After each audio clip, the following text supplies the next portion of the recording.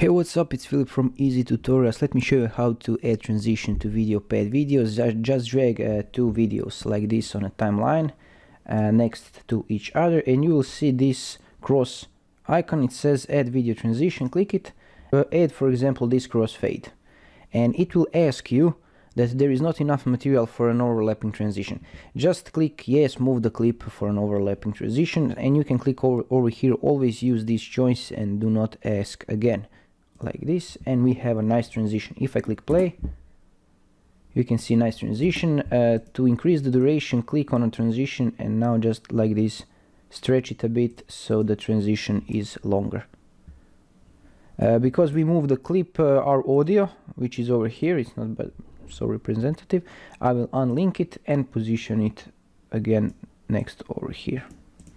And this is it. If you find it helpful, let me know in the comments below. Thanks for watching and have a nice day. Bye bye.